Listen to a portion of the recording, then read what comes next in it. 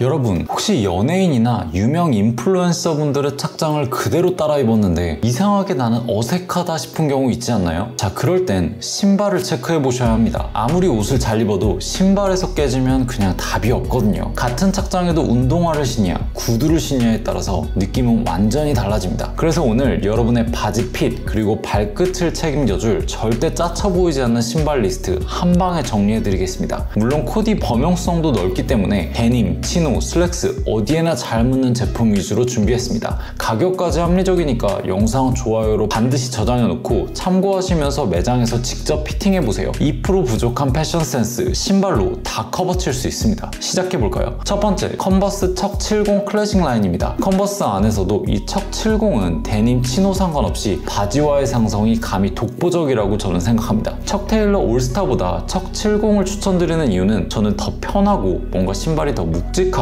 완성도 있게 느껴지더라고요. 척 70은 척 테일러와 다르게 오솔라이트 깔창이 들어가 있고 신었을 때 약간의 높이감이 있습니다. 푹신한 착화감을 느낄 수 있고요. 안 그래도 착화감이 안 좋은 컨버스이긴 한데 그나마 척 70이 저는 괜찮아서 그나마 자주 신게 되는 것 같아요. 로우냐 하이냐를 고민하시는 분들도 많이 계실 거예요. 저는 신고 벗을 때는 이 로우가 확실히 편하긴 한데 막상 신고 활동을 하다 보면 이 발목을 잡아줘서 그런지 하이가 발에 더 잘 붙더라고요. 또 여름에 반바지에 컨버스 신을 때 하이탑을 매치하시는 분들도 많을 거예요. 근데 이게 자칫 진짜 애매해질 수가 있습니다. 반바지 입는 분들 중 컨버스 자주 안 신어보셨다 하시면 그냥 로우로 먼저 가세요. 반바지와 발목 올라온 거 애매하게 스타일링하면 진짜 이상해질 수도 있거든요. 컬러는 백색, 화이트 그리고 약간 아이보리빛이 도는 피치먼트 우선으로 보시면 좋고요. 저는 그 다음이 블랙이라고 생각합니다. 컨버스는 이 때타는 맛이 있기 때문에 밝은 빈티지스러움이 잘 드러나는 이 화이트 계열이 좋더라고요. 자, 두 번째, 문스타 짐 클래식. 컨버스에서 좀 더 묵직한 빈티지한 무드를 느끼고 싶다라고 하면 문스타 보셔야죠. 1873년부터 약 140년 동안 일본 후쿠오카 쿠루메 자사 공장에서 생산을 이어온 정통성 있는 신발 브랜드입니다. 이런 신발들은 대체로 1960년대 운동할 때 신었던 짐 스니커즈를 모티브로 디자인된 신발인데요. 고증의 장인 일본답게 디자인 변화 없이 헤리티지를 지켜가며 제품을 출시하고 있습니다. 묵직한 디자인 외에도 이 문스타는 퀄리티 높은 고무창으로 유명해요. 일반 고무에 비해 내구도가 좋아서 잘 닳지 않는 것으로 유명하고 오래 신기에도 좋습니다. 물에도 강하기 때문에 비 오는 날 이 고무로 덮어서 방수 기능을 강화한 올웨더 스니커즈 라인도 출시되거든요. 가격대가 좀 있긴 하지만 사실상 이게 대체 불가한 브랜드고 컬러는 기본 화이트, 블랙 외에도 밀리터리 색감이 짙게 들어간 올리브나 이 베이지 멀티도 전 예쁜 것 같아요. 캐주얼웨어 외에도 아메리칸 캐주얼, 빈티지 스타일 좋아하시는 분들에게 사랑받을 수밖에 없는 브랜드입니다. 세 번째, 캐치볼. 60년대 운동화 모티브로 전개하는 신발 브랜드 중 국내에 캐치볼을 빼놓을 수가 없을 겁니다. 미국의 캔버스가 쿨함을 가지고 있고 문스타가 일본 특유의 단단한 장인 정신을 담고 있다면 캐치볼은 왠지 모를 귀여움, 담백함, 정갈함을 담고 있는 브랜드입니다. 신발의 앞 토 부분 이 고무캡의 길이나 스티치의 간격과 위치, 신발의 전체적인 모양 및 착화감, 편안함 등의 밸런스가 너무 좋은 신발으로 많이 알려져 있어요. 저는 너무 두껍지 않은 굵기의 신발끈도 좋았고요. 혀가 올라오는 정도의 길이도 이 발목을 치지 않고 아주 적당합니다. 컨버스를 신으면서 저는 고무 파이핑티가 디자인적으로 굉장히 큰 매력을 지니고 있다고 생각하거든요. 근데 이 컨버스에서 볼 수 없는 캐치볼만의 블랙과 빨간 고무팁 배색이 저는 너무 좋더라고요. 여기는 덱슈즈도 동양인 발에 맞게 잘 나옵니다. 미군의 오리지널 덱슈즈 형태는 그대로 유지하면서 발볼이나 발등 높이 등 아시아인에게 더 잘 맞게 설계했어요. 또 신발을 감싸는 캔버스 원단 자체도 일반 반스보다 좀 더 탄탄한 느낌이 있어서 오래 신기에도 좋으실 겁니다. 여러모로 까다로운 국내 소비자층들을 만족시키려고 노력하는 브랜드인 만큼 저 역시 너무 응원하는 브랜드예요. 캐치볼 꼭 기억해두세요. 네 번째, 반스 어센틱. 귀엽고 캐주얼한데 한편으로 클래식한 착장과도 잘 맞는 정말 막 신는 신발입니다. 반스 하면 무조건 어센틱이라고 생각하는데 스케이터들에게 사랑을 많이 받으며 스트릿 슈즈 브랜드로는 독보적이에요. 그러나 단순 스트릿 신발로만 치부되기엔 너무나도 아까운 신발입니다. 루즈한 데님과도 당연히 상성이 좋겠지만 저는 반대로 드레시한 치노 또는 폴로 랄프로렌 같은 브랜드를 즐겨 입는 소비자층들에게도 반스 어센틱이 찰떡이라고 생각해요. 여름에 이 폴로 치노 쇼츠에 반스를 매치한 아저씨들을 길 가다 종종 보는데 진짜 멋있다는 생각이 들더라고요. 이상하게 저는 이 반스 어센틱 하면 늘 화이트, 블랙 컬러보다 레드나 네이비,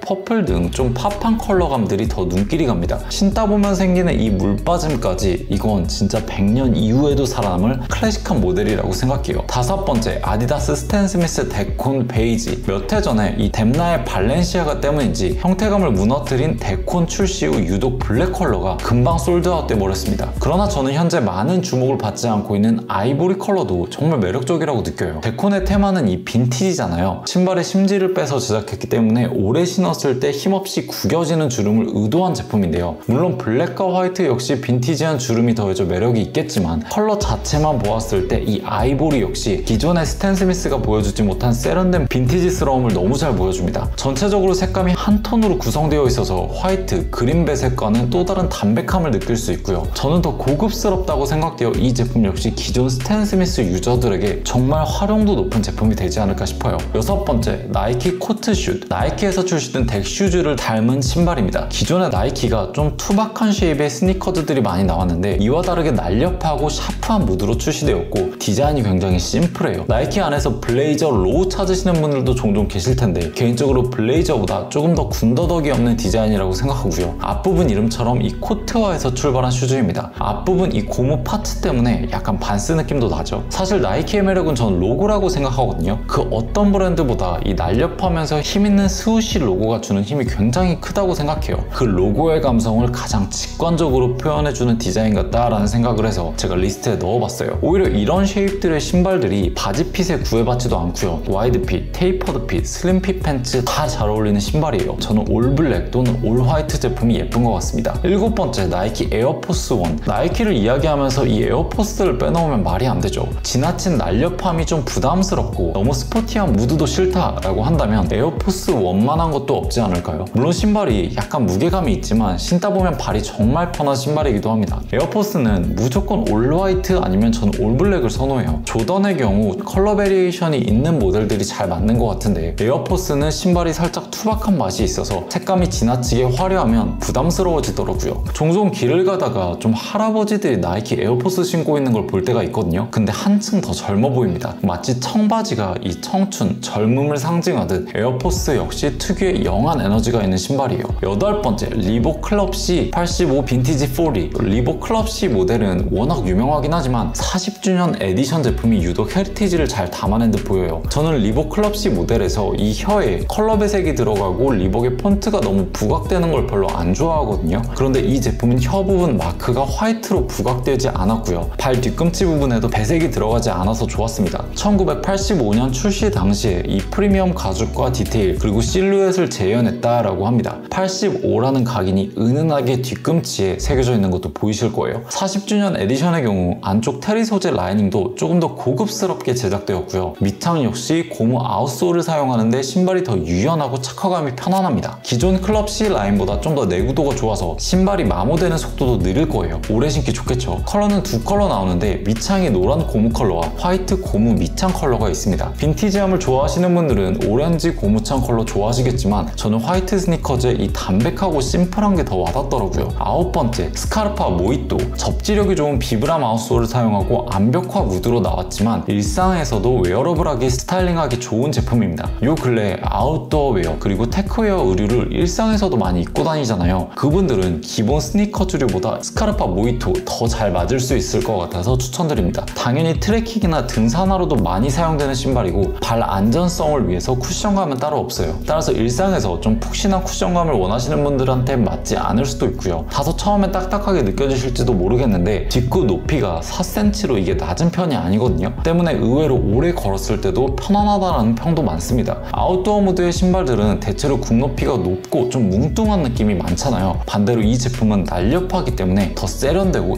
힙한 느낌이 있는 것 같아요. 자, 오늘 이렇게 9가지 제품군 제가 신발 쭉 정리해드렸는데요. 너무 유행 타지 않으면서도 다양한 스타일에 녹아드는 신발들로 모아서 제 의견을 말씀드려 보았습니다. 위 설명드린 제품들이 막상 신어보면 내 발에 좀 불편한 경우도 있을 테고요. 생각보다 편한 경우도 있을 거예요. 따라서 여러분이 직접 신어보시는 게 무엇보다 중요하고요. 여러분이 추구하는 바지핏과 잘 맞는 신발로 선택하는 것 역시 굉장히 중요한 부분이라고 생각합니다. 일상에서 매일 신는 게 신발인 만큼 각자의 스타일과 취향에 맞게 잘 선택해 보셨으면 좋겠고요. 오늘 저는 여기까지 하겠습니다. 그럼 저는 다음 영상에서 더 유익한 내용으로 돌아오겠습니다. 오늘도 좋은 하루 되시고요. 감사합니다. 탈패션이었습니다.